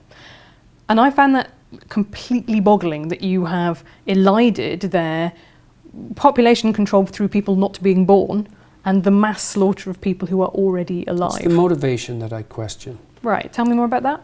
Well, what kind of statement is the planet would be better off with fewer people on it? First of all, there's an easy solution to that. You could leave. Unfortunately, much the best efforts of Elon Musk, that is not yet an option permanently. No, that isn't suicide? What I mean. That's what I meant, yes. If you're very concerned about your carbon footprint, there's a very fast solution to that. So, and I think it's disingenuous to, it's the other people, or maybe it's the people who haven't been born yet. It's like, this is also the problem I have with much of the environmentalist movement, is there's a powerful stream of anti-human sentiment that motivates it, and masquerading under the guise of virtue on a planetary scale. It's like, could be. I mean, it's not like we're not fouling our own nest, But that's why I'm fascinated by where you come from, is because the book, is so much about things being in balance and harmony, right? And order and chaos outweigh each other. Well, what overpopulation has done is got to the same point. Who says we have overpopulation? Well, I think that it's very difficult to see under the current model of fossil fuel-based capitalism. Sorry to use that word. I know it upsets you. But that is what you when we run out of fossil fuels. Yeah, that's not going to happen. Well, it will happen. Yeah. Because there is people have been saying that's going to happen for 50 years, and now the United States is a net exporter of fossil fuel. Right. And so no one saw that coming, did they? But it happened. And you're right, that might be the case, but at the moment I would say that, China is putting up new coal-fired power stations, by the bucket load. Yeah. It is entirely possible that the stuff that the developed nations did, that now developing nations did, and now doing to make themselves they'll get richer. concerned about clean air when they get richer. That's what the data indicate. Once you get GDP up to about $5,000 per year, people start to become concerned with environmental issues. So if we make people rich fast enough, I don't think so. It'll happen too late for some things. It looks like we're going to top out at about 9 billion. I think we can handle that. I think probably one of the problems that'll beset us in 100 years, assuming there are even creatures like us around in 100 years, is that there'll be too few people, not too many. The projections top out at about 9 billion. It's only 2 billion more than we have now. There's every reason to assume that we can cope with that, especially given the rapid decreases in poverty around the world at the moment. There's a bit of a bottleneck. There'll probably be some more extinction. What we're doing to the oceans by overfishing doesn't seem very smart, but we've only been aware of our role as planetary stewards since 1960, I would say, and we're not doing too bad for people who just woke up to the fact that we're actually a planetary force. And I don't think that we're overpopulated. I think all the arguments that all the people who made those arguments in the 1960s, like Paul Ehrlich, I think he wrote The Population Bomb, predicted mass starvation by the year 2000. He was absolutely and completely wrong. No, we've been very lucky with things like golden rice, for example, and genetic engineering of crops. I think that's... Yeah, it's not luck.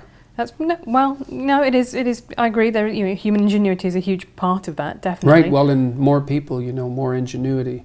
And Bjorn Lomborg, who I really admire, this skeptical environmentalist who's actually gone a very long ways to trying to figure out what we could do at a planetary level that would actually be useful and productive. His research has indicated the best possible investment isn't carbon tax, it isn't cessation of utilization of carbon-based fuel. It's probably investment in early infant care around the world, especially in developing countries. Seems right to me. He's done the analysis very carefully. One more area that you've talked about that's caused controversy is gay parenting. You said the devil is in the detail and you want to see more studies on that. What do you think might be the adverse effects of having same-sex parents? Well, I don't think we know what modeling is optimal for children. That's really the issue. I mean, I suspect that 2 parents are better than 1. Suspect, right? I don't know. 1 parent is definitely worse than 2. We know that. But we don't know what exposure to role models, say, is necessary for the continuity of maternal behavior or for the adoption of functional gender roles. We don't know any of that. And so that's the variable, obviously. No one knows what the consequence of being raised with 2 people of the same sex is. Maybe none. But so there doesn't seem to be any evidence so far. That's all the literature review suggests that there were a couple that showed problems, but they were in coupledoms that had already broken down, right? So there is no evidence. Maybe there will be some found, but at the moment there is no evidence that there is any problem with having gay parents. I never said there was. Somebody asked me, I believe it was a question like, if there was a problem, what would it be? It's something like that. I mean, you can make a very strong conservative case for gay marriage, I think. I mean, not that I would necessarily be motivated to make a conservative argument. David Cameron, our former Prime Minister, said, I support gay marriage because I'm a conservative. Yes, right. So, it's obviously homosexuality it's been around forever. So what's the appropriate social response to that? Well, conceivably, bringing as many people as possible into something approximating the same game. I think you could make a reasonable case for that. What's the consequence of that for children in those families? I don't know. I mean, what I would say is, well, the obvious risk is that there's no one of the opposite sex around. I mean, it doesn't take it doesn't take the perception of genius to come up with the observation that might be a problem. Now, maybe it's not. And my suspicions are there's probably far more relevant problems with regards to what happens to children that isn't good than that. Right. So, So this is a way in which, that is now a conservative position to hold. I think it's 20 years ago that would have been anathema to mainstream conservatives. Well, people were concerned with the deterioration of marriage and believed that any additional transformations would further weaken it. And I think that that's not an unreasonable position given how weak it's become. And I don't think that that's been good for people overall. Okay, let's talk about free speech to finish on. You write in your book about Nietzsche, who became the Nazis' favourite intellectual, and you also talk about a professor... Only through his sister's mistranslations of his work. Right, but you talk a little bit as well about another professor whose ideas you thought led inevitably to kind of Maoism, and you said, I don't know how he can't be more worried about where his ideas lead. Do you worry about where where your work might be taken and used by other people? I saw you posing with... I worry about that all the time. With a Pepe flag. Oh, I can't believe you brought that up. Right, but I just think it's...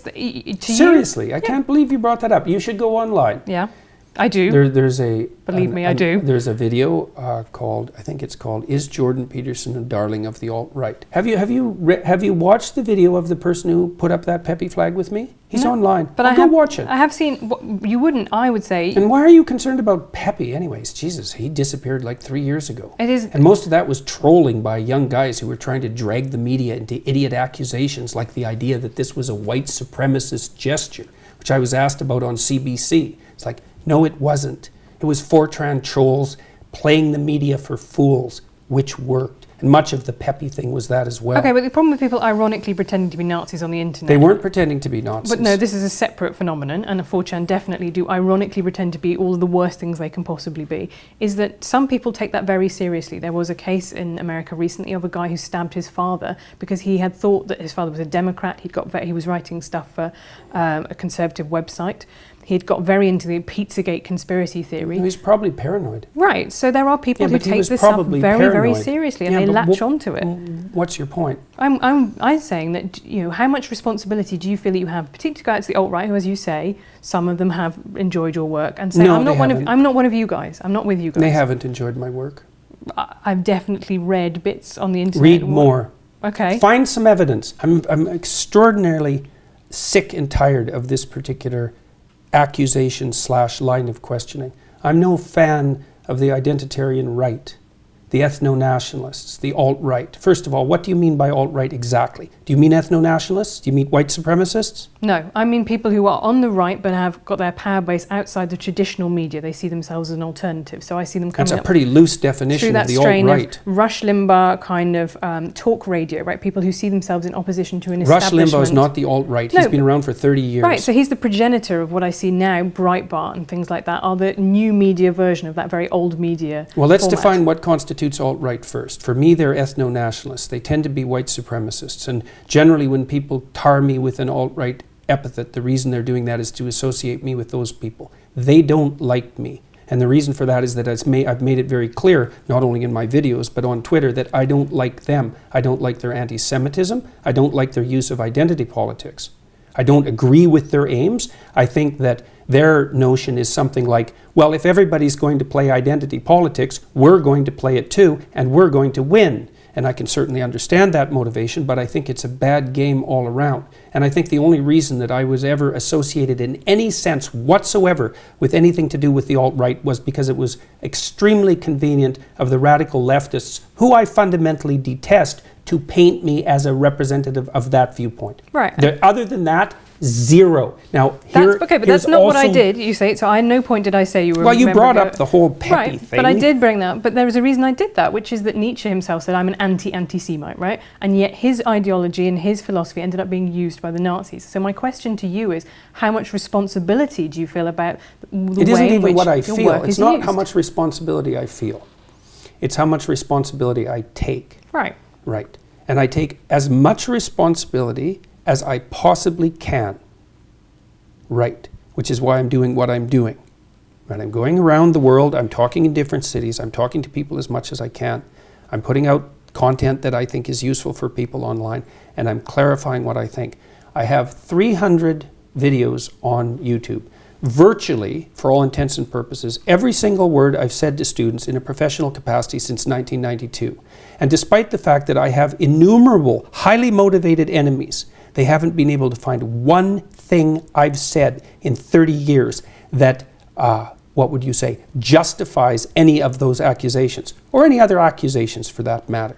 So it's quite the phenomena. I mean, I understand it to some degree, you know, because... So, sorry, about the Pepe flag, because you can help me explain this. Why did you pose with it? What were your reasons for doing it? Did people just come up and bring it to you and Yeah, I was like posing with... I've probably been photographed with, I don't know, 5,000 people in the last 2 years. And, you know, it's one after the other, often in groups of 100, 150 or 200 people. And it's like 15 seconds. Right. And they brought this flag. One of them had spoken at the event. They were doing it ironically. They unfurled the flag and we took a picture, and that was that. Would you have posed ironically with a hammer and sickle flag?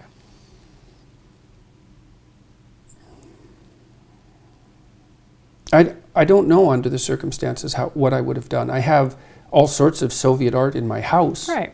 Because this is, I think, anybody could get caught out, and social embarrassment is a huge factor, and you don't want to kind of tell people who've been very nice to you that actually you don't want to do the thing. I just wonder if that's something that you regret now, that you wouldn't do it again if you had the opportunity.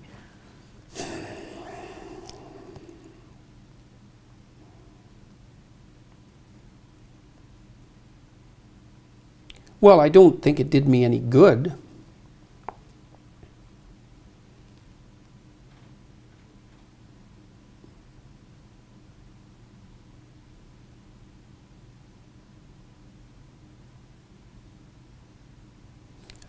I don't think I'll betray my former self. We'll just leave it where it is. I made the decision that I made under the circumstances and took what was there into consideration. I think that the Pepe formulators did a wonderful job of trolling the standard media. I don't think that they were what everyone presumed them to be. I think they did a wonderful job of trolling you as well, in a sense, right? Recruiting you and your image and your appeal to people to their kind of cause, which is ironic. I don't really think so. But is not actually. Underneath it all, I don't find it very ironic, actually. What don't you find ironic? That a lot of the kind of 4chan culture, which is saying, I'm just going to say the worst possible thing that I can say just to prove that I can say it because free speech is still alive. I think that in itself is quite poisonous to the discourse. I think I try and conduct myself online in a relatively civilized manner. I do not always succeed, but I do not think just going into a room and screaming epithets is something that I need to do on a daily basis to prove that free speech isn't dead, right? I think we could probably agree that that's a reasonable a rare note of consensus. But I have to come back to the free speech idea, because I think that whole idea of the intellectual dark web, and this came up a couple of times at your event on Thursday, is predicated on the idea that you have been marginalised for your opinions or oppressed for your opinions. It's not predicated on my claim of that. Right. It's predicated on... Well, I don't know. I'm not claiming I've been marginalised. I would never use that word, first of all. That's for sure. So, but the idea of a dark... I don't feel oppressed. Good. I'm pleased to hear it. But I do think that the way that you got the cheers from that crowd was very much about, there was an idea of taboo breaking, right? That this is a microaggression, but I'm going to say it anyway, that, hard work is the way to succeed. And I thought that was fascinating, because to me you don't look like somebody who has particularly suffered an outrageous amount for your opinions. People have certainly disagreed. They've been rude. They've in some cases. The only reason I haven't suffered an outrageous amount for my opinions is because I've handled the consequence of their utterance exceptionally well. My job was at risk. My career was at risk. My family stability was at risk. So I wouldn't push that one too far. In what way was your job at risk?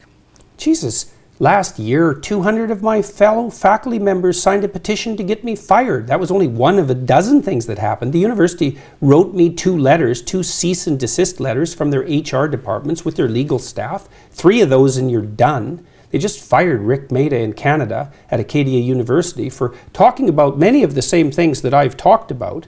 So the fact that I've come through this relatively unscathed has very little to do with the vitriol of the attacks. There was plenty of motivation to take me out. It just didn't work. Right, and I think the fact that it didn't work, to me, makes me ultimately optimistic about where we are, because Why? I went on, I did a panel a while ago with Zarganara, a Burmese comedian who was imprisoned for making a joke, right? And we are not yet at that stage. I think, undoubtedly, We're not. We're damn close. Really? How about the guy with the pug in the UK? Count Dankula. That's the one. Right, but he did actually, I mean, that was a joke. I You might not have liked it. I didn't say it was a good joke. I didn't say it was an appropriate joke. I didn't say any of that. I didn't say it was a well thought through joke. But it was a joke. Yeah, I just fundamentally don't believe that it was a joke. I believe that it was camouflaged as a joke, and that's what it kind of comes across. Right. And I well, believe that's exactly what you would believe if you were inclined to persecute comedians. No, I'm not inclined to persecute someone. Well, you're inclined to persecute him. I don't think he's a comedian, and I don't think I would have to go and look at the circumstances of that case. But I think he didn't like his girlfriend's pug and thought he would teach it to do something reprehensible as a joke. Right, but I see you getting involved, say, tweeting Douglas Murray's article about Tommy Robinson, and I think you see that as a free speech issue, and that's not how I see Tommy Robinson's case at all. I see that as contempt of court, someone who endangered a grooming trial. How do you see that case? I see it as very fortunate that Tommy Robinson didn't die in prison. I think I would say that about a lot of people in prison. I think it's very hard to be in prison if you are a sex offender, for example. I think our British prisons are less inhumane than American prisons, but they are still brutal places to be. However, I do think that was an appropriate punishment for somebody who tried to collapse a grooming trial. Well, but are you a prison abolitionist? no. Oh, right, okay. So you do believe that some people, there are offences for which people need to go to prison? Why would you ask me a question like that? Well, I'm Do I just look like interested. someone who isn't interested in meting out appropriate punishment? No, but I just thought maybe I've made an assumption about you. And I didn't want to make an assumption about you. I'm just going to end with a quick fire round. So I know that this is YouTube, so we have been able to talk for a really long time, but I just want quick answers from you. Who is your favourite author? Dostoevsky. Who's your favourite female author?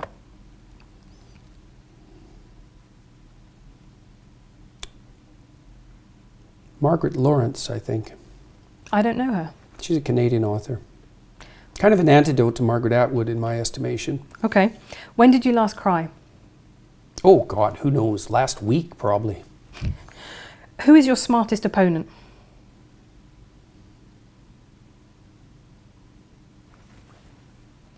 Sam Harris is pretty smart.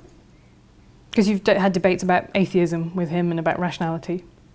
And Yeah, I don't really regard him exactly as an opponent. You know, I mean, we disagree on things.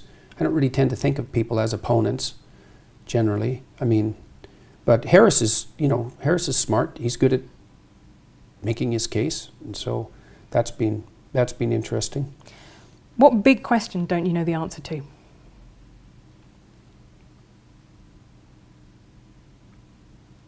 What big question don't I know the answer to? Oh God, that's a tough one. There's so many of them.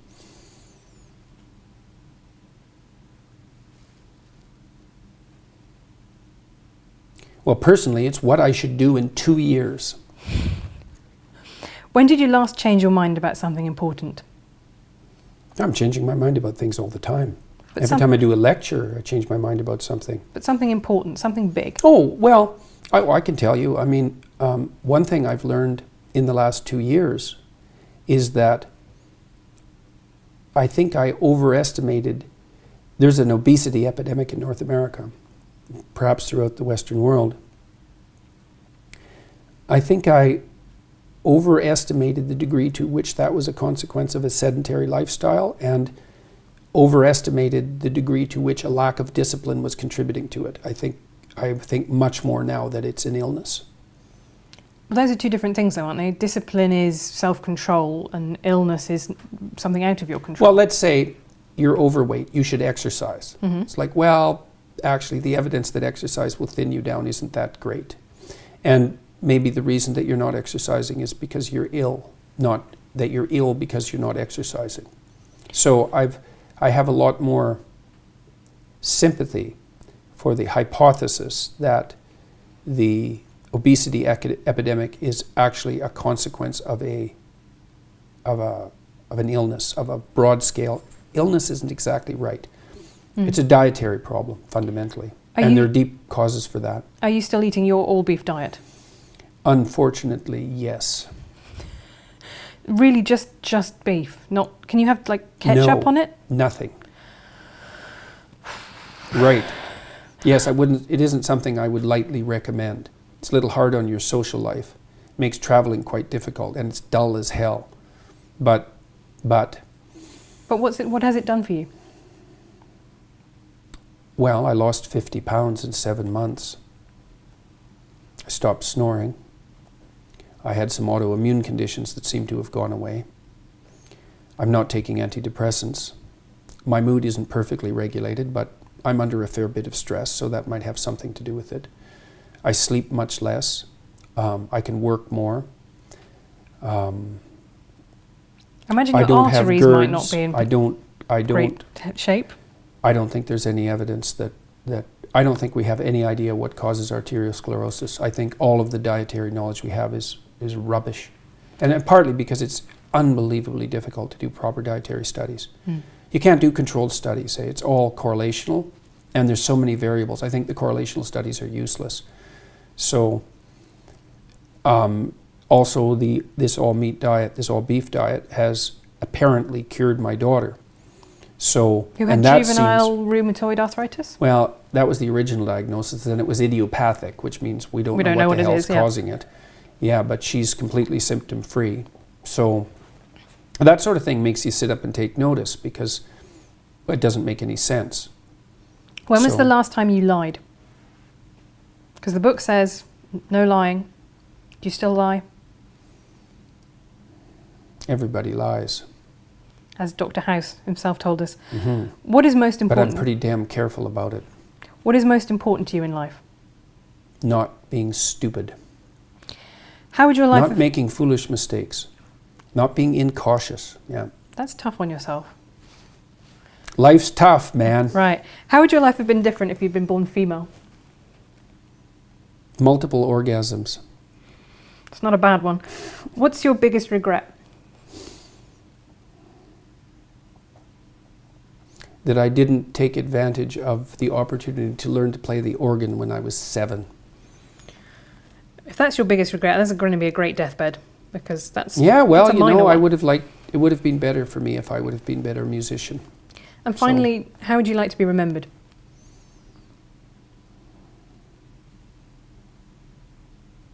As someone honest. Dr. Jordan Peterson, thank you very much.